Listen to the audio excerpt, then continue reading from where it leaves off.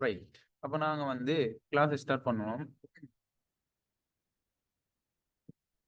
கடைசியா நாங்க பார்த்த விஷயம் என்னன்னு சொன்னால், இந்த நுகர்வு தொழிற்பாடு சம்பந்தமா பார்த்திருந்தோம். சரியா? அப்ப நுகர்வு தொழிற்பாடுன்னா என்ன? நுகர்வு கோட்டுக்கான சமன்பாடுகள் சம்பந்தமா பார்த்துட்டு நாங்க கிளாஸ முடிச்சிருந்தோம். அப்ப இன்னைக்கு உள்ள கிளாஸ்ல என்ன பார்க்க போறோம் அப்படின்னு சொன்னால், தன்னிச்சையான நுகர்வு அல்லது சுயாதீன நுகர்வு அப்படின்னா என்னன்ற விஷயத்த பார்க்க போறோம். ரைட். தன்னிச்சையான நுகர்வு அல்லது சுயாதீன நுகர்வு.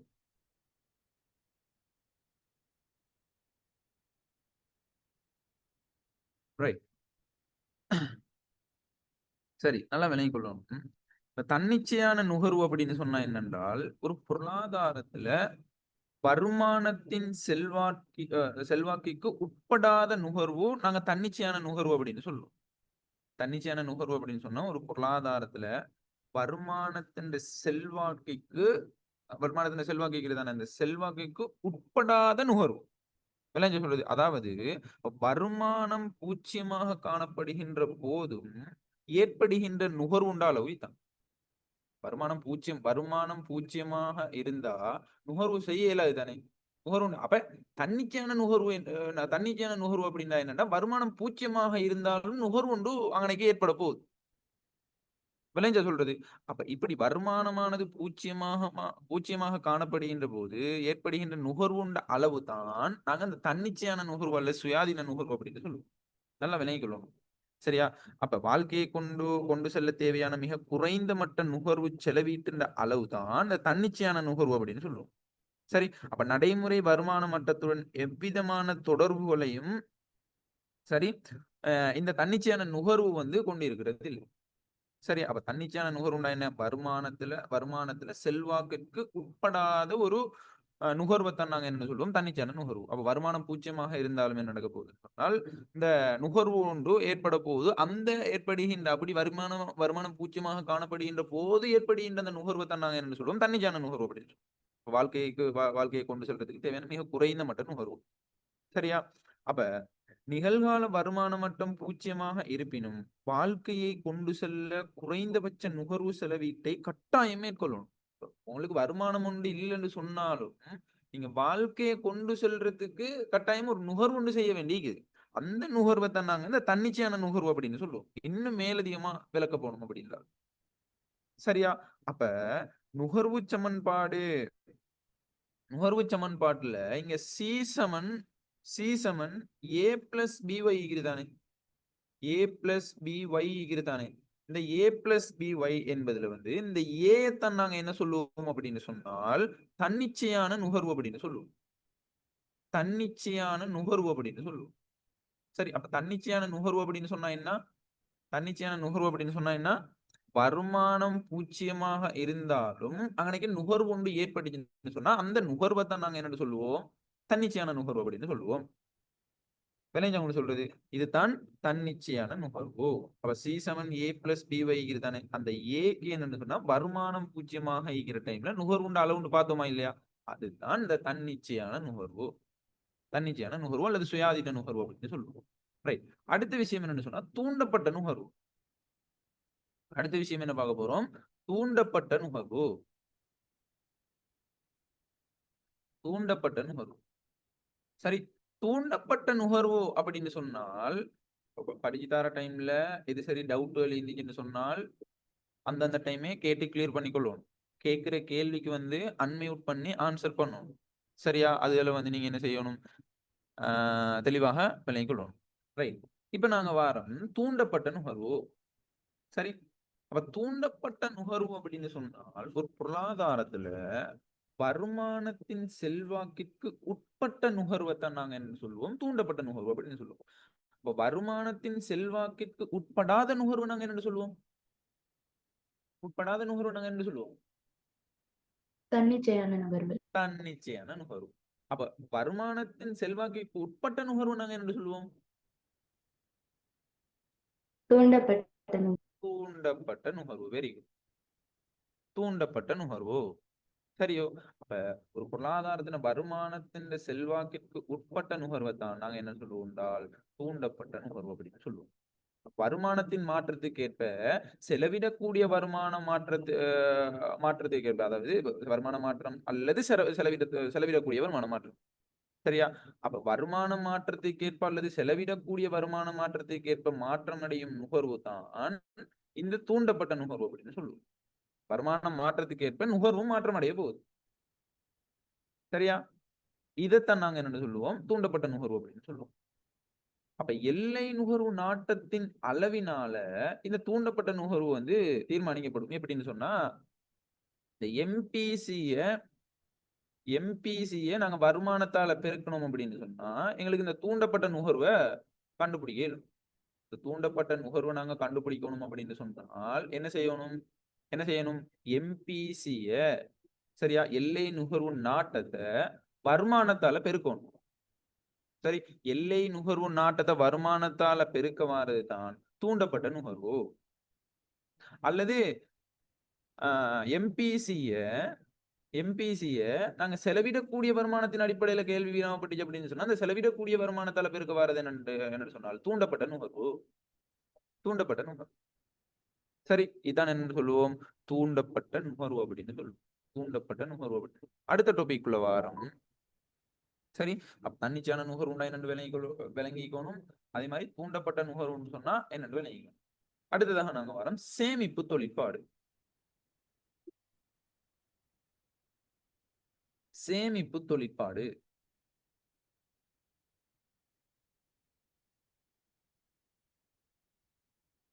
ரைட். அப்ப சேமிப்பு தொழிற்பாடு அப்படின்னு சொன்னா என்னன்றத நல்லா விளங்கிக்கணும். சேவிங்ஸ் ஃபங்க்ஷன் இங்கிலீஷ்ல சொல்றால் சேவிங்ஸ் ஃபங்க்ஷன். சரி, அப்ப சேமிப்பு தொழிற்பாடு அப்படின்னு சொல்ல போகல பொருளாதாரம் ஒன்றுல வருமானத்திற்கும் சேமிப்புக்கும் இடையிலான தொடர்பை அல்லது செலவிடக்கூடிய வருமானத்துக்கும் சேமிப்புக்கும் இடையிலான தொடர்பு என்ன சொல்றது? அப்ப வருமானத்துக்கும் சேமிப்புக்கும் இடையிலான தொடர்பை நாங்க என்ன செய்ய போறோம் அப்படின்னு சொன்னால் ஒரு கூறுகின்ற தொழிற்பாடு தான் சேமிப்பு தொழிற்பாடு. சேமிப்பு தொழிற்பாடுனா என்ன? வருமானத்திற்கும் சேமிப்புக்கும் இடையிலான தொடர்பு அல்லது செலவிடக்கூடிய வருமானத்துக்கும் சேமிப்புக்கும் இடையிலான தொடர்பை கூறுகின்ற ஒரு தொழிற்பாடை தான் நாங்க என்ன சொல்லுவோம் என்றால் சேமிப்பு தொழிற்பாடு. சேமிப்பு தொழிற்பாடு வருமானத்திற்கும் சேமிப்புக்கும் என்ன தொடர்பு இருக்குது?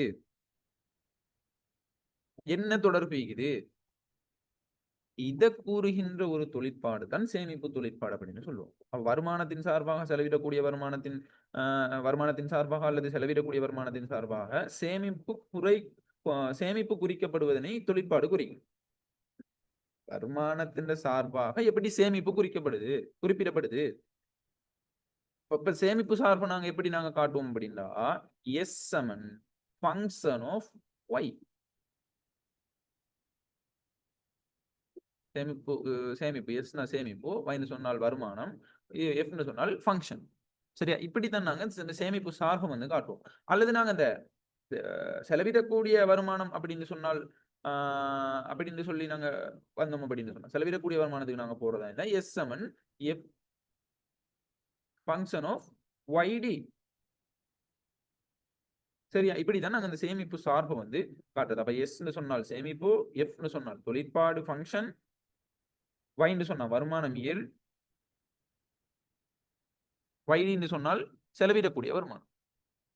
சரியா? ஒவ்வொன்றுக்குமான விரிவாக்கத்தை நீங்க என்ன செய்யணும்? தெளிவாக நினைக்கணும். அப்ப பொருளாதாரம் ஒன்றுல வருமானத்துக்கும் சேமிப்புக்கும் இடையிலான அல்லது செலவிடக்கூடிய வருமானத்துக்கும் சேமிப்புக்கும் இடையிலான தொடர்பு எப்படி உண்டு சொன்னால் நேர்கணியமாக காணப்படும். நேர்கணியம் இந்த தொடர்பை தான் நாங்க ஆராய போறோம். அதான் நாங்க சேமிப்பு தொழிற்பாடு அப்படின்னு பார்த்தோம். அந்த தொடர்பு என்னன்னு சொன்னா நேர்கணியம் தொடர்பு. அதாவது இப்ப வருமானம் தானே இயல். அந்த வருமானம் வந்து அதிகரித்தா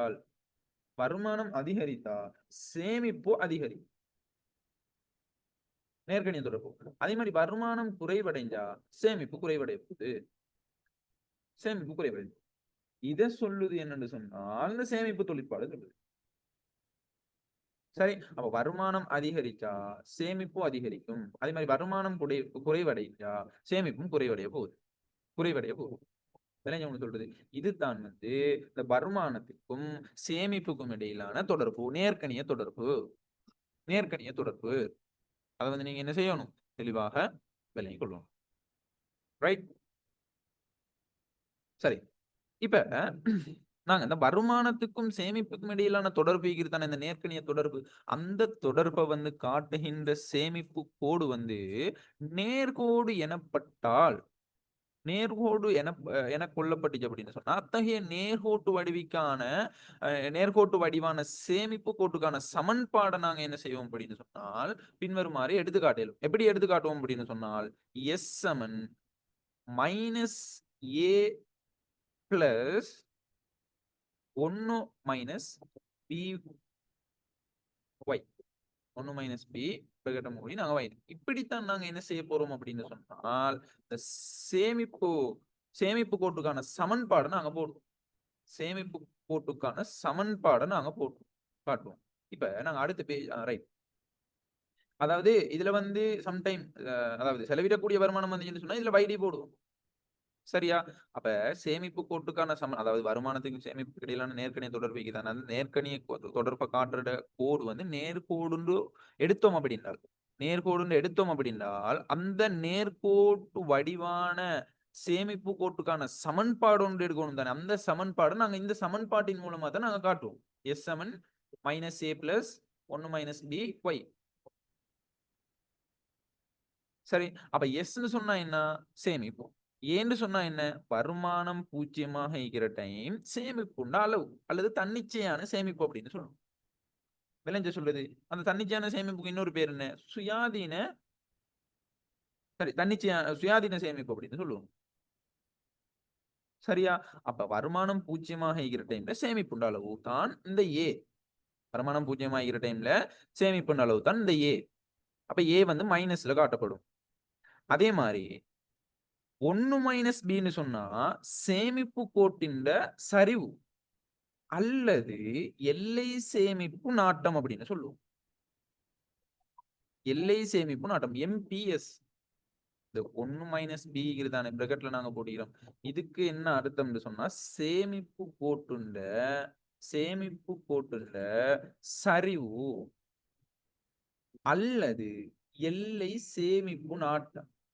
எல்லை சேமிப்பு நாட்டம் சொன்னா எம்பிஎஸ். எம்பிஎஸ் சொல்றது. அப்ப இதை குறிப்பிட்டது தான் என்னண்டா இந்த 1 மைனஸ் பி அப்படின்றது. 1 மைனஸ் பி அப்படின்றது. அப்ப நாங்க உங்களுக்கு தெரியும், நாங்க பார்த்திருந்தோம்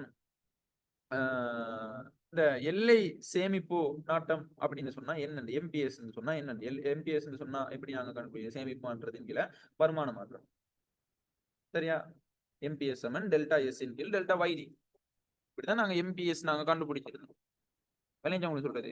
அப்ப நல்லா விளைவிக்கணும், எம்பிஎஸ்டையும் எம்பிசிடையும் கூட்டுத்தொகை எதுக்கு சமனாயிக்கும் அது சொல்லுங்க பாப்போம். இந்த ஆரம்ப பேசிக்க நாங்க பார்ப்போம். எம்பிஎஸ்டையும் எம்பிசிடையும் கூட்டுத்தொகை எப்படி இருக்கும்?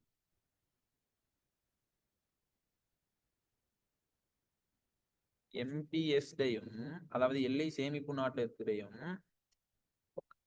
சரி,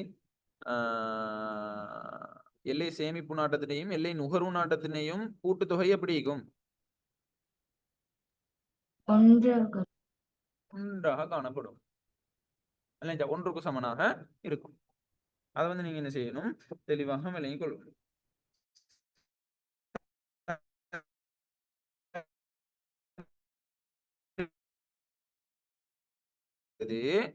அதாவது எம்பிஎஸ்க்கான சமன்பாடு போட்டா சரி, டெல்டா எஸ் இன் கீழே டெல்டா ஒய்,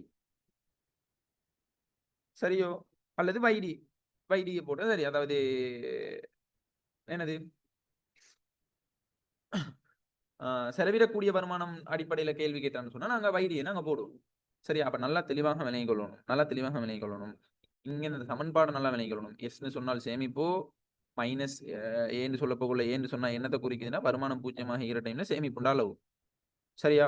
1 மைனஸ் பி என்னத்தை குறிப்பிது அப்படின்னு சொன்னா சேமிப்பு கூட்டுண்ட சரிவு அல்லது எல்லை சேமிப்பு நாட்டம் எம்பிஎஸ் குறிப்பிட்டது. எம்பிஎஸ் குறிப்பிட்டது. அப்ப எம்பிஎஸ் நாங்க கண்டுபிடிக்கணும் அப்படின்னு சொன்னால், எம்பிஎஸ் நாங்க கண்டுபிடிக்கணும்னு சொன்னா எங்களுக்கான சமன்பாடு என்ன, சமன்பாடு என்ன, டெல்டா எஸ் இன் கீழே டெல்டா ஒய். இதான எம்பிஎஸ் நாங்க கண்டுபிடிச்ச சமன்பாடு. நாங்க அடுத்தடுத்த அந்த கிளாஸ்ல, அதாவது யூனிட் 6 ஆரம்பத்தில் உள்ள கிளாஸ்ல ரெக்கார்டிங்ஸ் எல்லாம் நான் போட்டிக்கிறேன். அதுல எல்லாரும் பார்த்துக்கணும். அப்படி கிடைக்காட்டி நீங்க எனக்கு மெசேஜ் ஒன்று போடுங்க, பழைய ரெக்கார்டிங் எல்லாம் நானே போட்டுறேன். சரியோ? ரைட். அப்ப வைன்னு சொன்னா என்னங்க? வருமானம். வைடி அப்படி வந்துச்சுன்னு சொன்னா என்ன? செலவிடக்கூடிய வருமானம்.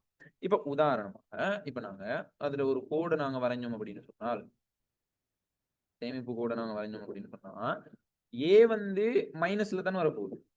சரியா? இதுல எஸ்ன்னு எடுத்தோம், இது சேமிப்பு தானே, இது 0 தானே. அப்ப இந்த ஏ வந்து அதாவது சேமிப்பு வருமானம் 0 இருக்கிற டைம்ல சேமிப்புன்ற அளவு வந்து மைனஸ்ல தானே. அப்ப இப்படித்தான் கோடு வரப்போகுது, சேமிப்பு கோடு. விளைஞ்ச சொல்லுது மைனஸ் ஏ. அதாவது வருமானம் 0 இருக்கிற டைம்ல இங்க வந்து நாங்க வருமானத்தை எடுத்தோம் அப்படின்னு சொன்னா, வருமானம் 0 இருக்கிற டைம்ல சேமிப்புன்ற அளவு மைனஸ்ல. இதான் நாங்க மைனஸ்ல இருந்து போகுது. விளைஞ்ச சொல்றது. இப்ப இந்த கோட்டுண்ட சமன்பாடு தான் என்ன சொன்னால், இந்த கோட்டுண்ட சமன்பாடு தான் என்ன சொன்னா, எஸ் சமன் ஏ மைனஸ் ஏ பிரகட்ல 1 மைனஸ் பி பிரகட்ட மூடி நாங்க வைப்போம். சரியா? இதுதான் இந்த கோட்டுண்ட சமன்பாடு. ரைட். இப்ப நாங்க உதாரணமா ஒரு கேள்வியின் அடிப்படையில நாங்க பார்ப்போம். அப்பதான் நல்லா விளங்க முடியும். ஒரு கேள்வியின் அடிப்படையில நாங்க பார்ப்போம்.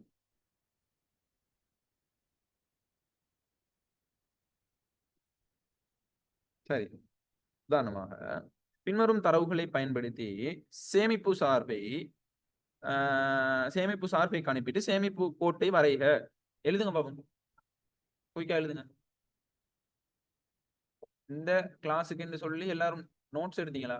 செட்ல போடுங்க. அதாவது கொப்பி எடுத்தீங்களா? நோட் புக் எடுத்தீங்க தானே? திலரா, ஓஷினி, உமைர்? ஆம் சார். ரைட். இப்ப எழுதுங்க, நான் சொல்றது எழுதுங்க. பின்வரும் தரவுகளை பயன்படுத்தி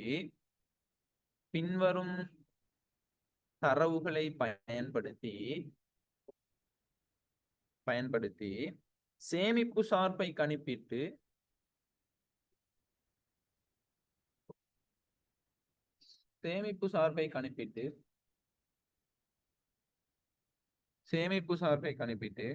சேமிப்பு கோட்டை வரைக. சேமிப்பு கோட்டை வரைக.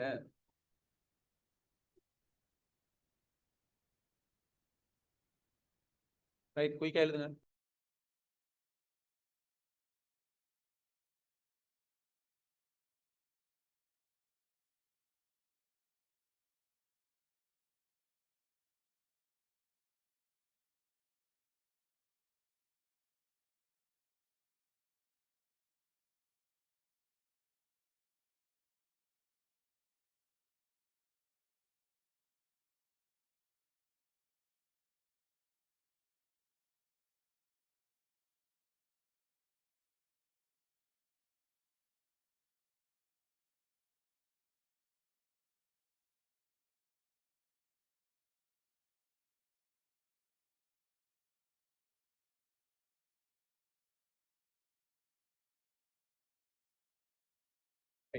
இப்ப அட்டவணை ஒன்று போடுங்க. வருமானம் அதே மாதிரி சேமிப்பு எல்லாம் வந்து நோட்ஸ்ல அந்த நோட் புக்ல வந்து எழுதிக்கணுமா? வருமானம் சேமிப்பு எல்லாரும் இந்த செட்ல நீங்க எழுதுறத எனக்கு ஒருக்கா 4 பேரும் எனக்கு ஒருக்கா அந்த போட்டோ பிடிச்சி செட்ல போட்டு விடுங்க பாப்போம். செட்ல போடலும் போட்டோஸ் அனுப்பிடலும். மெசேஜ் மட்டும் இல்ல, செட்ல போட்டோஸும் அனுப்பிடும். நீங்க எழுதினத்தை இப்ப வரைக்கும் நான் சொன்ன வரைக்கும் நீங்க எழுதிப்பீங்க தானே, அதை எழுதினத்தை வந்து செட்ல போட்டு விடுங்க. கொய்கா, தில்லரா, அடுத்தது ஈக்கிற 4 பேரும், உமைர், யோசினி, ஓசினி. அடுத்தது தம்பி உங்களோட பேர் என்ன? ஹனி, ஜெனீர் சார். ஜெனீரா? ஓ ஜெனீர். ரைட். ஜெனீர் போட்டு விடுங்க செட்ல. இப்பதான் சார் ஜாயின் ஆனேன். அப்ப நான் சொன்ன கேள்வி எழுதுனீங்களா? கேள்வி இந்த இதுல இருந்து தான் ஆரம்பிக்கிறேன். புக் கேட்கிற நோட்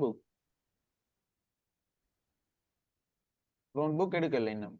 ஜெனீர் நோட் புக் இந்த கிளாஸுக்கு சொல்லி நோட் புக் கொண்டு எடுங்க. சரியா?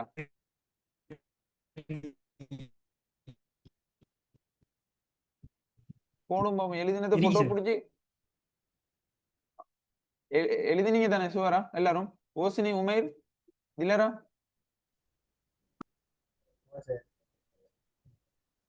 ரைட். சரியா? ஜெனீர், நீங்க அந்த நோட் புக் கொண்டு எடுங்க. இதுக்கு எல்லாருமே இந்த கிளாஸுக்கு வேறையா நோட் புக் கொண்டு எடுங்க. எடுத்து நான் சொல்ற விஷயங்கள் எல்லாம் ஷோர்ட்டா எழுதணும். அதுக்கு பிறகு நான் தார நோட்ஸ் எல்லாம் வந்து எழுதிட்டு தான் வரணும். சரியா? அப்பதான் கிளாஸ் வந்து குவாலிட்டியா செய்யணும். ரைட். நல்லா விளங்கும். Right right right. சரியா? அப்ப நாங்க பார்ப்போம் வருமானம். வருமானம் வந்து ரூபாவின் அடிப்படையில் வருமானம் 400. 400ல இருந்து 500ஆக அதிகரிக்குது. நோட் பண்ணிக்கோங்க. சேமிப்பு வந்து 50ல இருந்து 75 ஆகுது சேமிப்பு. சரியா? ரைட். இப்ப நாங்க வாரம் என்னன்னு சொன்னால் எங்கட சேமிப்பு கோட்டுக்கான சமன்பாடு நாங்க எப்படி பார்த்தோம்? S Saman A plus 1 minus B Y. சரியா? ரைட். இப்ப நாங்க முதலாவது இந்த 1 மைனஸ் பி தானே அதை நாங்க கண்டுபிடிக்கணும். அதாவது எம்பிஎஸ் நாங்க கண்டுபிடிக்கணும். அப்போ 1 மைனஸ் பி நாங்க கண்டுபிடிக்கணும்னு சொன்னா எம்பிஎஸ் தான் நாங்க கண்டுபிடிக்கணும். எம்பிஎஸ் சமன்பாடு தான் அந்த 1 மைனஸ் பி வந்து குறிப்பிட்டது. அப்ப எம்பிஎஸ் சொல்ல போகல. எம்பிஎஸ்க்கான சமன்பாடு என்ன? டெல்டா எஸ் இன் கீழே டெல்டா ஒய். அப்ப டெல்டா எஸ் சேமிப்பு மாற்றம் எவ்வளோ? சேமிப்பு மாற்றம் இங்க எவ்வளோ? 25. 50ல இருந்து 75 ஆகுதுன்னு சொன்னா 25 தான் மாற்றம். அப்ப டெல்டா ஒய் இங்க வருமான மாற்றம் 100. சரியா? அப்ப 25 100ஆல பிரிச்சோம் அப்படின்னு சொன்னா 0.25 வரும். அப்ப 1 மைனஸ் பி பெருமதி என்ன? 0.5. ரைட். இப்ப நாங்க சமன்பாட்டுக்கு வருவோம். S Saman A plus 1 minus B Y. இப்ப நாங்க சேமிப்பை நாங்க 50 எடுக்கிறோம். எஸ்க்கு பதிலா எஸ்னா சேமிப்பு தானே, சேமிப்புக்கு பதிலா நாங்க 50 எடுக்கிறோம். 50 சமன் நாங்க ஏயை கண்டுபிடிக்க போறோம். இந்த 1 மைனஸ் பி நாங்க கண்டுபிடிச்சிட்டோம். எத்தனைன்னு சொல்லி 0.25 கண்டுபிடிச்சிட்டோம். தர இங்க ஒய் என்ன? 50 சேமிப்புன்னு சொன்னா ஒய் 400. சரியா? ரைட். இப்ப அடுத்ததாக பாரம் என்னன்னு சொன்னால் இப்ப ஏ நாங்க கண்டுபிடிக்கணும் தானே. இப்ப ஏ நாங்க கண்டுபிடிக்கணும்னு சொன்னா இதெல்லாம் நாங்க என்ன செய்யணும்? தீர்க்கணும். இப்ப 50 அடுத்த ஸ்டெப்புக்கு வரோம். 50 ஏ பிளஸ் 0.25 தர 400 எவ்வளவு? 400 எத்தனை வரும்? 0.25ஆல 400 பெருக்குங்க. பெருக்கினா எத்தனை வரும்? எத்தனை வரும்? 100 வரும். 100 வரும். அப்ப நாங்க இங்க 100 வந்து பிளஸ் ஆகிட்டு மைனஸ், அதாவது சமனுக்கு இங்கால போனால் மைனஸ் ஆகும். அப்ப 50 மைனஸ் 100 வரும். 50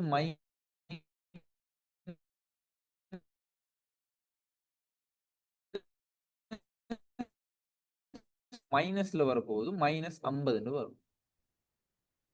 சரியா? மைனஸ் 50 வரும் ஏண்ட பெருமதி. அப்ப நாங்க இங்க வந்து பீண்ட, அதாவது 1 மைனஸ் பீண்ட பெருமதியும் எடுத்துட்டோம், ஏண்ட பெருமதியும் எடுத்துட்டோம். அப்ப எங்கட சேமிப்பு சார்பை நாங்க சேமிப்பு சமன்பாடை நாங்க எடுக்கலும். சேமிப்பு சமன்பாடு எப்படி வரும்? எஸ் சமன் இங்க வந்து ஏண்ட பெருமதி எவ்வளோ? கண்டுபிடிச்சோம்? 50 மைனஸ் 50 பிளஸ் இங்க வந்து 1 மைனஸ் பீண்ட பெருமதி எவ்வளவு கண்டுபிடிச்சோம்? 0.25 ஒய். இதுதான் எங்கட சேமிப்பு சார்பு, சேமிப்பு சமன்பாடு. விளைஞ்ச சொல்றது. அப்ப நாங்க ஒரு அட்டவணை ஒன்று தந்து சேமிப்பு சமன்பாடை நாங்க எடுக்க சொன்னால் உங்களுக்கு தெளிவா விளங்கிக்கொள்ளணும். முதலாவது இந்த 1 மைனஸ் பி, அதாவது எம்பிஎஸ் இந்த பெருமதியை நாங்க கண்டுபிடிக்கணும். கண்டுபிடிச்ச அந்த எம்பிஎஸ் போட்டு போட்டு நாங்க உதாரணமா சேமிப்பு 50 எடுத்தோம்னு சொன்னா வருமானம் 400 எடுக்கணும், அல்லது சேமிப்பு 75 எடுத்தோம்னு சொன்னா வருமானம் 500 எடுக்கணும். அப்படி போட்டு நாங்க ஏ என்ற பெருமதியை கண்டுபிடிக்கணும். ஏ என்ற பெருமதியையும் 1 மைனஸ் பி என்ற பெருமதியையும் கண்டுபிடிச்சா எங்களுக்கு சமன்பாடு ஓகே. விளைஞ்ச ஒன்று சொல்றது ரைட். இதை நோட் பண்ணிக்கோங்க. நோட் பண்ணினா மெசேஜ் ஒன்று தாங்க. நோட் பண்ணிட்டோம். குயிக்.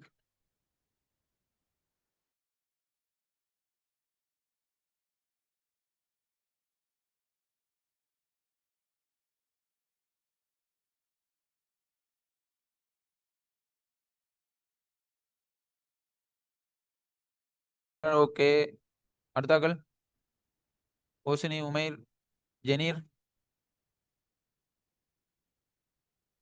எல்லாரும் மெசேஜ் போட்டாதான் அடுத்த கட்டத்துக்கு நாங்க போவோம். ஜெனீரும் ஓகே, உமைரும் ஓகே, ஓசினியும் ஓகே. ரைட், அடுத்த கட்டத்துக்கு போவோம். அடுத்தது என்னன்னு சொன்னால் இப்ப நாங்க சமன்பாடு உருவாக்கிட்டோம். அடுத்ததாக என்ன செய்யறோம்னா சேமிப்பு கோட்டை வந்து வரைய சொல்லிக்கிறாங்க. இப்ப சேமிப்பு கோட்டை நாங்க எடுத்துக்கொண்டால் இதுல வந்து சேமிப்பு கோடு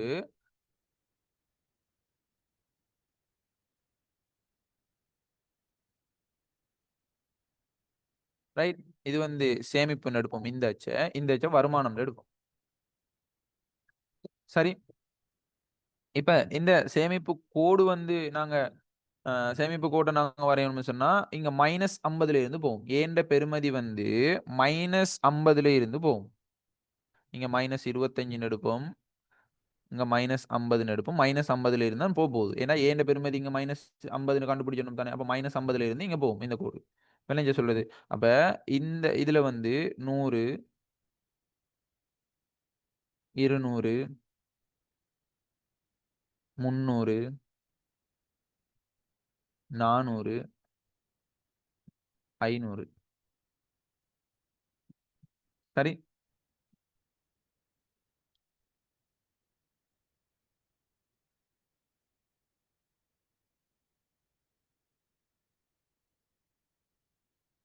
இதுல வந்து 25, 50.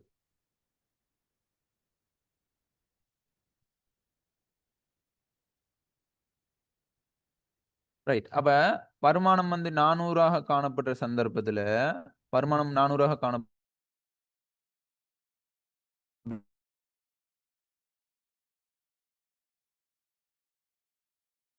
நாங்க வருமானம் 500 எடுத்தோம் அப்படின்னு சொன்னா, வருமானத்தை நாங்க 500 எடுத்தோம்னு சொன்னா இங்க 75 வரும்.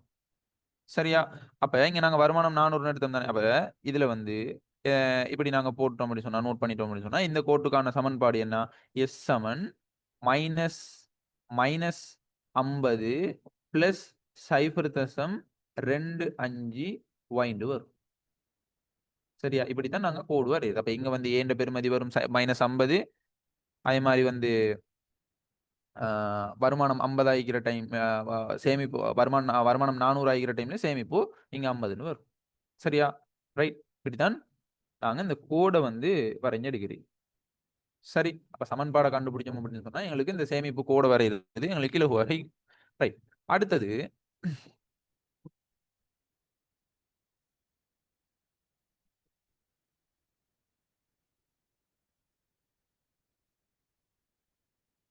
நாங்க ஒரு கேள்வி ஒன்று பார்ப்போம். சரியா? நீங்க தான் செய்ய போறீங்க. இவ்வளவு நேரம் பார்த்துட்டு நீங்க தானே இப்ப நிறைய விஷயங்கள் படிச்சிருப்பீங்க. ரெக்கார்டிங்கும் நான் கிளாஸ் முடிய உங்களுக்கு ரெக்கார்டிங்கும் போட்டு விடுறேன். அப்ப ரெக்கார்டிங்கையும் நீங்க பார்த்து பழசெல்லாம் மீட்டிட்டு தான் அடுத்த கிளாஸுக்கு வரணும். ஆரம்ப பலங்கள்லாட்டி அடுத்தடுத்த கேள்விகள் வந்து கஷ்டமாயிரும். அடுத்தது 2வது ஒரு கேள்வி ஒன்று எழுதுங்க. பொருளாதாரம் ஒன்று தொடர்பான பின்வரும் தரவுகளை பயன்படுத்தி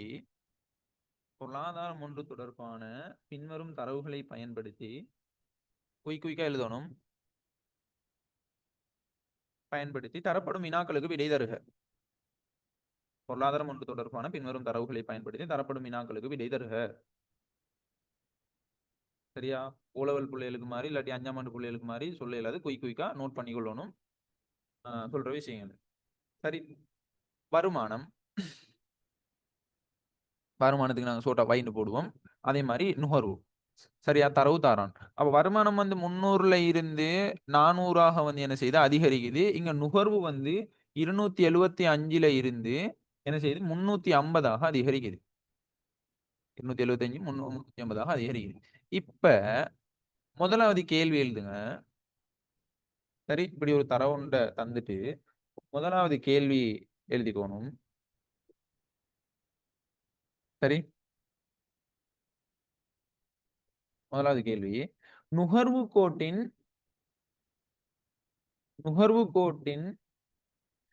சரிவின் அதாவது பி ன்ற பெறுமதியை கணிப்பிடுக. சரியா, நாங்க பார்த்த விஷயம் கணிப்பிடுக. சரி, முதலாவது கேள்விக்கு ஆன்சரை சொல்லுங்க பாப்போம்.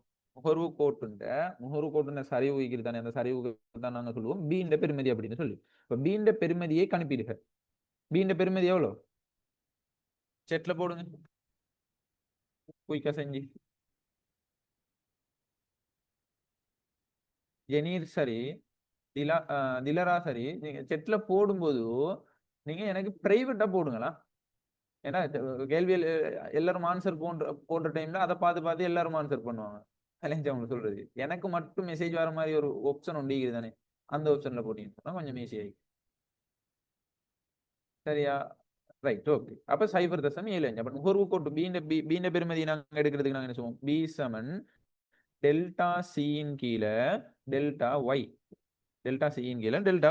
அப்ப டெல்டா சி இங்க எவ்வளோ? டெல்டா சி 275 275ல இருந்து 350 ஆகுதுன்னு சொன்னால் 75 டெல்டா சி. அதே மாதிரி டெல்டா ஒய் எவ்வளோ? எவ்வளோ? 100. 300ல இருந்து 400 ஆகுது 100. அப்ப 75 நாங்க 100ஆல பிரிச்சோம் அப்படின்னு சொன்னா ஆன்சர் என்ன? 0.75. 0.75. Very good, right. அடுத்தது ரெண்டாவது கேள்வி எழுதிக்கோங்க. ரெண்டாவது கேள்வி தன்னிச்சையான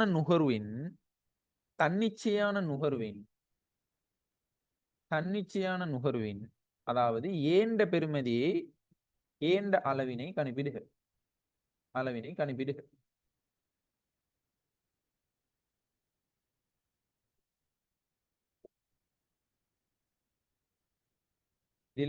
திலரா ஓகே. திலராவா நீங்க ஒருக்கா சொல்லுங்க. திலராவா உங்களோட பேர் இல்லாட்டி திலாராவா எப்படின்னு சரியா தெரியாது.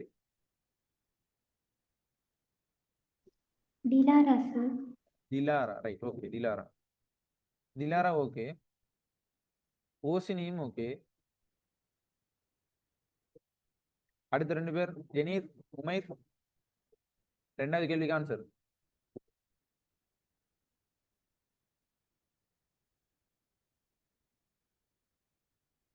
ஏண்ட பெறுமதி தன்னிச்சையான நுகர்வு ஏண்ட பெறுமதி, அதாவது வருமானம் 0 இருந்தாலும்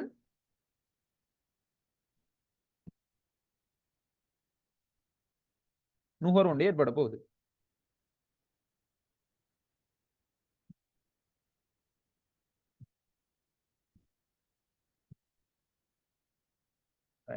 பார்ப்போம். உமைர் நோட்ஸ் இல்லை. இத நோட்ஸ் இல்லாட்டி நான் உங்கள்ட்ட கேட்க தானே சொல்லிக்கிறேன். யூனிட் 6ல நோட்ஸ் இல்லாட்டி நீங்க என்கிட்ட கேட்கணும். அதாவது நோட்ஸ் இல்லாட்டி கேட்கலும். மற்றது இன்னொரு விஷயம் என்னன்னு சொன்னா நோட்ஸ் இல்ல, அந்த ஆரம்பத்திலே நான் அவ்வளவு விஷயமும் படிச்சு தந்திக்கிறேன், அவ்வளவு ரெக்கார்டிங்கும் போட்டிக்கிறேன். இப்ப நீங்க வந்து நியூ ஜாயினர்னு நான் நினைக்கிறேன். உண்மை பழைய ரெக்கார்டிங் பார்க்கலனா.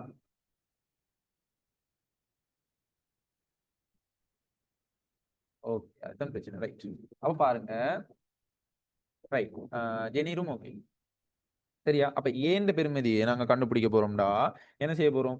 சி சமன் ஏ பிளஸ் பிஒய்.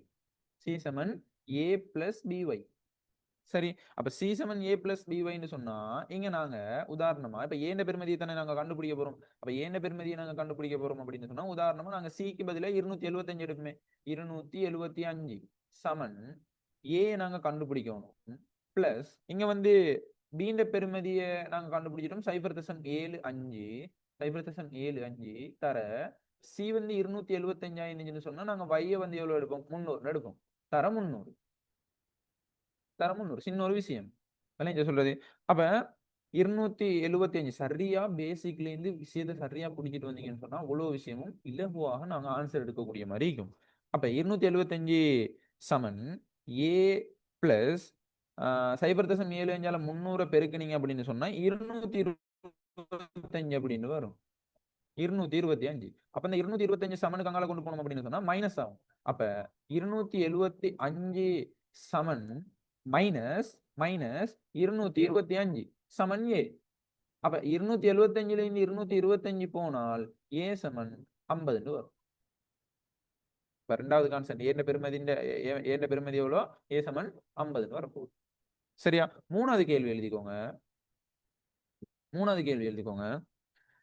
நுகர்வு கோட்டின் சமன்பாட்டை காண்க.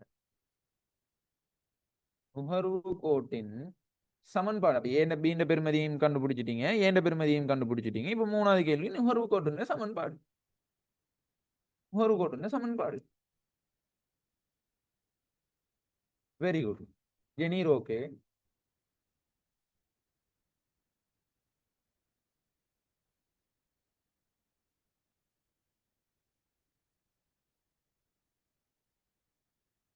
அடுத்தாக்கள் நுகர்வு கோட்டின் சமன்பாடு. ரைட். திலாராவும் ஓகே. ஓசினியும் ஓகே. சரியா? உமேர் நாளையில இருந்து அந்த பழைய ரெக்கார்டிங் அவ்வளோத்தையும் பார்த்து முடிச்சுட்டு நான் நோட்ஸ் அனுப்புவேன். அதெல்லாம் ஃபுல்லா எழுதிட்டு ரெடியா வரணும். விளைஞ்ச சொல்றது. அப்பதான் ஒரு கிளாஸை நல்லா பிரயோசனப்படுத்திக் கொள்ளணும். சரி, நுகர்வு கோட்டின சமன்பாடு என்ன? அப்ப சி சமன் 50 பிளஸ் நாங்க ஏண்ட பெருமதியை நாங்க கொண்டு பிடிச்சோம் 50ன்னு சொல்லி 50 பிளஸ் பீண்ட பெருமதி 0.75 ஒய். இதுதான் எங்களோட நுகர்வு கோட்டின சமன்பாடு. சரியா? அப்ப நுகர்வு கோட்டுண்ட அடுத்தது நாலாவது கேள்வி என்னன்னு சொன்னா நுகர்வு கோட்டுன வரைவை காட்டுக. நுகர்வு கோட்டுன வரைவை காட்டுக. அப்ப நுகர்வு கோட்டுன வரைவை நாங்க எடுக்கணும்னு சொன்னா அது அந்த செட்ல போட இல்லாது. நானே சொல்றேன் கேட்டுக்கோங்க. இது வந்து நுகர்வு, இது வந்து வருமானம், இது வந்து நுகர்வு சி, இது வந்து ஒய். ரைட். இப்ப இதுல வந்து 0. இங்க வந்து ஏண்ட பெருமதி, அதாவது வருமானம் 0 இருந்தாலும் நுகர்வு ஒன்று ஏற்படுச்சுன்னு சொன்னா அப்ப நுகர்வு ஒன்று எவ்வளவு? அப்ப ஏண்ட பெருமதி என்ன? 50. அப்ப 50ல இருந்து போகுது. இங்க வந்து 50ல இருந்து போகுது. சரியா? 50, 100, 200, 300, 350 நீங்க எடுப்போம். அதே மாதிரி 400. சரியா? 100, 200, 300, 350, 400. இங்க வந்து வருமானத்தை நாங்க எடுத்தால் 100, 200, 300, 400, 500.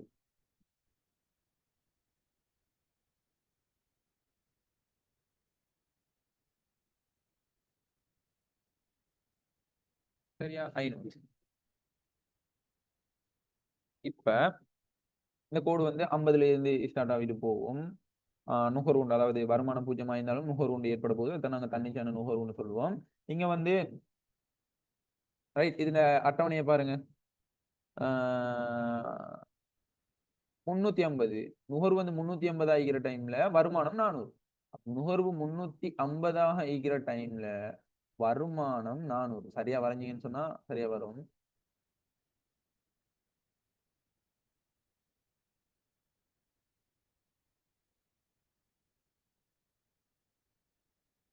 முன்னூத்தி 50 ஆகிக்கிற டைம்ல இங்க 400. சரியா? குறிச்சிட்டு தான் கோடையே வரையணும். சரியா? கோட்டை வரைஞ்சதுக்கு ஒரு குறிக்கிறது இல்லை. இப்படிதான் வரும். சரியா?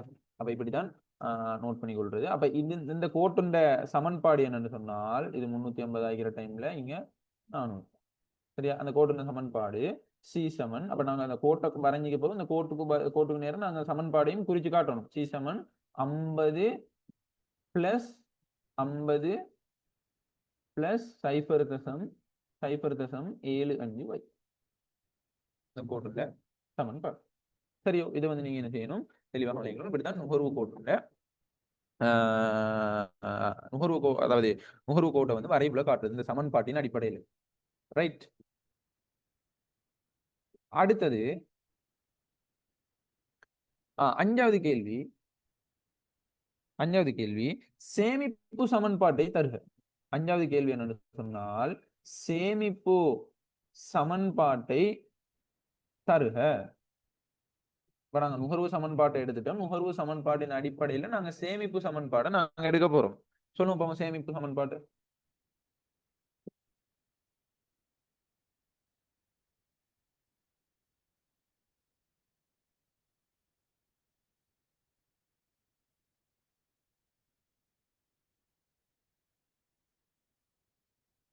Very good.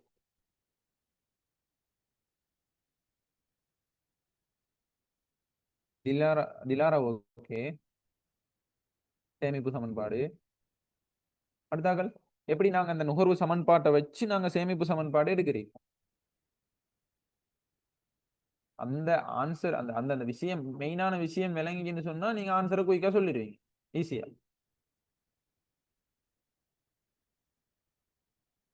Right. ஓசினியும் okay. ஜெனீர்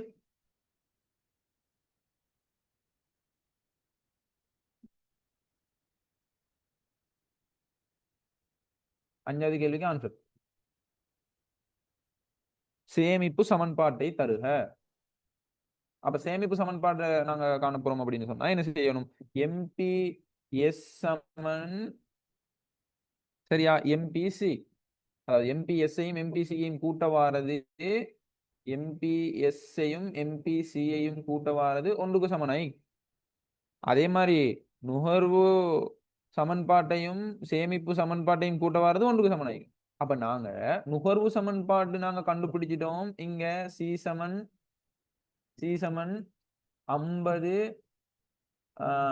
plus 0.75 வை 0.75 வைன்னு சொல்லி நாங்க கண்டுபிடிச்சிட்டோம். சரியா? அப்ப இதுல சேமிப்பு சமன்பாடை நாங்க எடுக்க போறோம் அப்படின்னு சொன்னா இங்க -50 போடுவோம். -50 போடுவோம். பிளஸ் 0.75 வை வந்துச்சுன்னு சொன்னா எம்பிஎஸ் பெருமதி எம்பிசி பெருமதி 0.75. அப்ப எம்பிசி 0.75 இருந்தா எம்பிஎஸ் எவ்வளவு வைக்கும்? 0.25 வரும். ஏனது அதாவது எம்பிஎஸ்ஐயும் எம்பிசியையும் கூட்ட வரது இங்க உண்டாயிக்கும். அப்ப 0.25 போடுவோம். வை விளைஞ்சவங்க சொல்றது. அப்ப இது வந்து சேமிப்பு சார்பு. அப்ப அதாவது நுகர்வு சார்பு நாங்க எடுத்தோம்னு சொன்னா அடுத்து எங்களுக்கு சேமிப்பு சார்பு இலகுவா கண்டுபிடிக்க. சரியா? அதை வந்து நீங்க என்ன செய்யணும்? தெளிவாக விளங்கிக் கொள்ளணும். இல்ல நான் வந்து சேமிப்பு சார்பை தான் கேட்டேன் ஜெனீர். நீங்க நுகர்வு சார்பு போட்டு அதுல போட்டிக்கிறீங்க. சேமிப்பு சார்பு வந்து தான் எஸ் சார்பை தான் நாங்க எடுக்கணும். எஸ் சமன் -50 பிளஸ் 0.25 வை. சரியோ? ரைட். அடுத்தது ஆறாவது கேள்வி என்னன்னு சொன்னால் ஆறாவது கேள்வி எழுதிக்கோங்க. எந்த வருமான மட்டத்தில்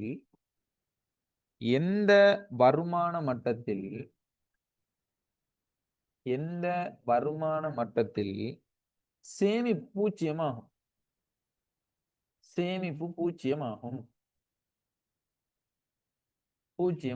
எந்த வருமான மட்டத்தில் சேமிப்பு பூஜ்ஜியமாகும்?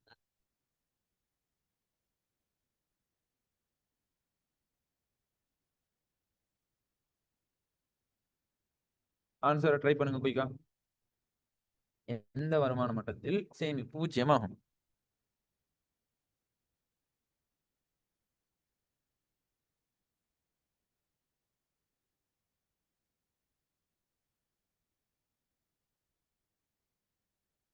எந்த வருமான மட்டத்துல சேமிப்பு பூஜ்ஜியமாக போகுது? Very good Dilara. Oshini very good. திலாராவும் வெரி குட்.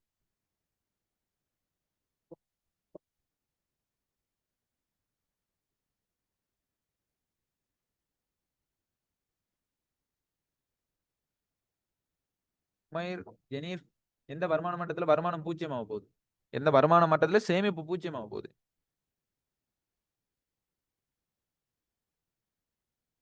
அதுல என்ன அர்த்தம்னு சொன்னா, சேமிப்பு பூஜ்ஜியமான்னு சொன்னா அந்த அந்த வருமான மட்டத்துல அவ்வளவுத்தையும் நுகர்வுக்காக செலவழிச்சிருவான்.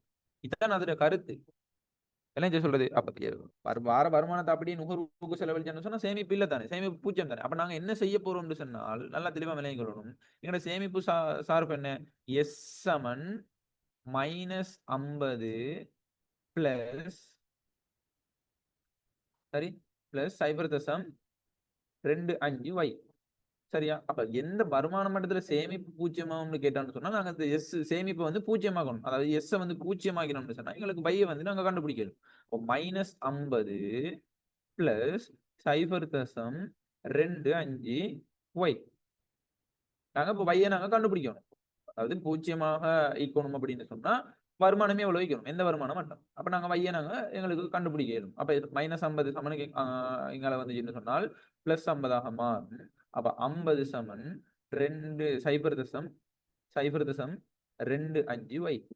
அப்ப நாங்க வைய கண்டுபிடிக்கணும்னு சொன்னா 0.25 வந்து வையோட பெருக்கப்பட்டது. அப்ப 0.25 சமனுக்கு இங்கே வந்தா பெருக்கப்பட்டது, இங்கே வந்தா பிரிபடும். அப்ப y சமன் 50 கீழே 0.25. அப்ப y சமன் 50 0.25 பிரிச்சோம் அப்படின்னு சொன்னால் 200 வரும். 200 ரூபாய். அப்ப 200 ரூபாய் வருமான மட்டத்துல என்ன நடக்க போகுது அப்படின்னு சொன்னா சேமிப்பு இல்லாம இங்க போகுது. அப்ப சேமிப்பு இல்லாம ஈக்க போகுதுன்னு சொன்னா என்ன அர்த்தம்னா நுகர்வுக்காக 200 ரூபாயும் செலவழிச்சிருவான். நுகர்வுக்காக 200 ரூபாயும் என்ன செஞ்சிருவான்? செலவழிச்சிருவான். அதை வந்து நீங்க என்ன செய்யணும்? தெளிவாக விளங்கிக் கொள்ளணும். சரியோ? இது கிளியரா விளங்கினா? இது கிளியரா விளங்கினா? ஓசினி, திலாரா, உமைர், ஜெனீர்,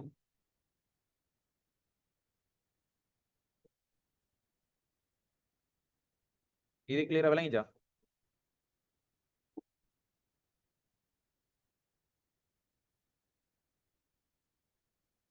ரைட். ஓகே.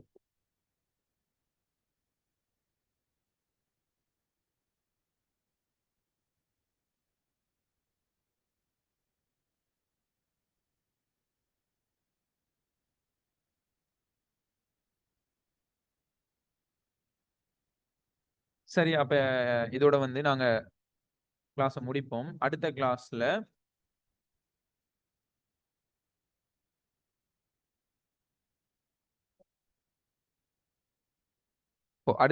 நாங்க உதாரணம் ஒன்று பார்ப்போம். உதாரணம் ஒன்று பார்த்துட்டு முதலீட்டு செலவு அது சம்பந்தமாக வந்து நாங்க பார்ப்போம். முதலீட்டு செலவு, அரச கொள்வனவுகள், அது முதலீட்டு செலவுக்குள்ள உள்ள விடயங்கள், அதெல்லாம் பார்த்துட்டு அரச கொள்வனவுகள், அரச நுகர்வு செலவு, ஜி சம்பந்தமா தேறிய ஏற்றுமதி, எளிய பொருளாதார சமநிலை, அந்த சமநிலை விஷயத்துக்குள்ள நாங்க வருவோம். உதாரணம் ஒன்றும் பார்க்க வேண்டி இது. சரியா? ரைட். அப்ப நாங்க இப்போதைக்கு கிளாஸ் முடிப்போம். அடுத்த கிளாஸ்ல சந்திப்போம்.